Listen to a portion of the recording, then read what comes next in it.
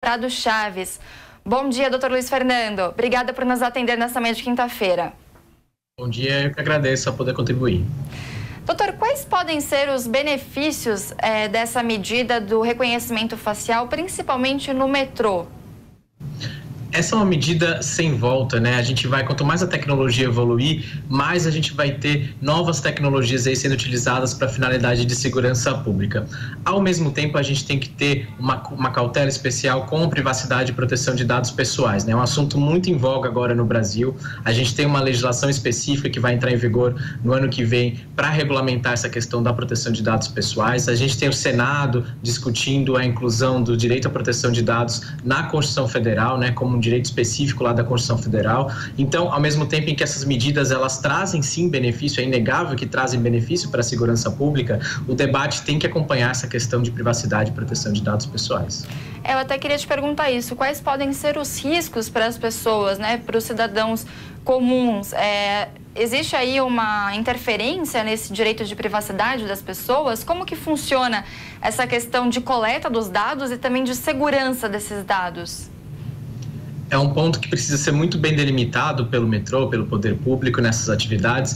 É onde esses dados serão armazenados, por quanto tempo, quais são os padrões de segurança que vão garantir que aqueles dados não vão cair na mão de pessoas erradas, né, na mão de pessoas mal intencionadas. É um debate que tem que caminhar junto, né? É um caminho sem volta, cada vez mais a gente vai utilizar as tecnologias para a segurança pública, mas esse debate tem que ser conciliado com a segurança também do cidadão, a privacidade da pessoa física individualmente falando. Por exemplo, a gente já tem alguns casos de reconhecimento facial sendo falho, né, sendo errado, acusando pessoas que não deveriam estar sendo acusadas, enfim, são todos esses padrões aí de tecnologia, de segurança que a gente vai ter que observar na implementação dessas novas modalidades aí de proteger a segurança pública. E o Estado ele fica responsável por isso, por esses dados? Como é que vai funcionar? Por exemplo, se ocorre um vazamento de dados, a quem recorrer?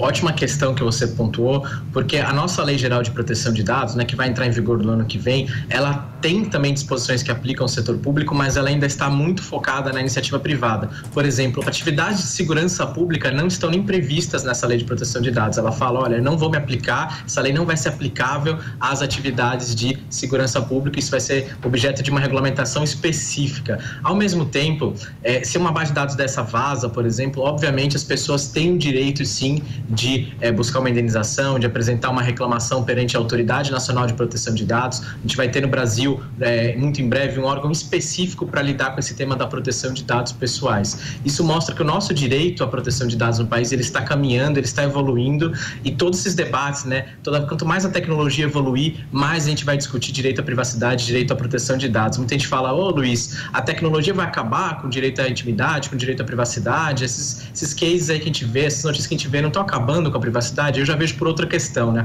Eu vejo que quanto mais a gente evoluir na tecnologia, quanto mais tiverem tecnologias dessas, inclusive para a segurança pública, que é algo muito positivo, também a gente vai estar discutindo cada vez mais privacidade e proteção de dados. Cada vez mais esse direito vai estar mais forte aqui no nosso cenário nacional. E, doutor, você tinha falado um pouco antes a respeito desses erros que podem acontecer, né? Essa tecnologia de reconhecimento facial, ela já foi implementada na Bahia, inclusive no Carnaval ela conseguiu reconhecer ali um suspeito, uma pessoa que estava foragida, homem, mas que estava vestido de mulher no Carnaval.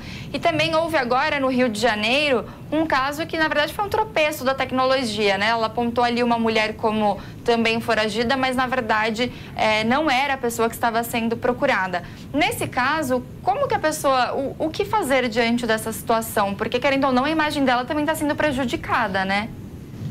Exatamente. A pessoa tem o direito, né, de procurar uma indenização junto ao Estado, tentar reparar aquele dano. Obviamente, se você é incriminado de uma coisa que você não é por causa de uma tecnologia, você tem o direito de ir contra o Estado, apresentar sua reclamação, pedir uma indenização, uma reparação por aquele abalo moral que você sentiu, né? Por aquela perda da reputação que você teve por ter sido acusado de alguma coisa que você não é, por ter sido confundido com alguém que é criminoso e por aí vai. Mas o ponto que eu queria deixar claro isso não é culpa da tecnologia em si, né? Obviamente, erros vão acontecer, mas se a gente pensar na análise humana, também também tem erro, né? Então, se a gente não estivesse falando de câmeras, mas de pessoas físicas lá, né? Um operador de segurança, ele também pode se confundir, ele também pode achar que alguém é bandido e não é. Então, na verdade, a tecnologia muitas vezes ela contribui para minimizar essa falha humana. Falhas vão acontecer, a gente tem que trabalhar muito na mitigação dessas falhas, né? Em como implementar a tecnologia de uma forma segura e de uma forma que tenha a menos margem de falha possível, mas é aquela história, né? A tecnologia, em tese, ela está aí para justamente amenizar essas falhas, diminuir a ocorrência dessas falhas, inclusive na prevenção de crimes, no reconhecimento de infratores e por aí vai. A gente conversou agora com o Dr. Luiz Fernando Prado Chaves, que é advogado especialista em direito digital. Muito obrigada pela entrevista. Eu que agradeço, um bom dia a todos.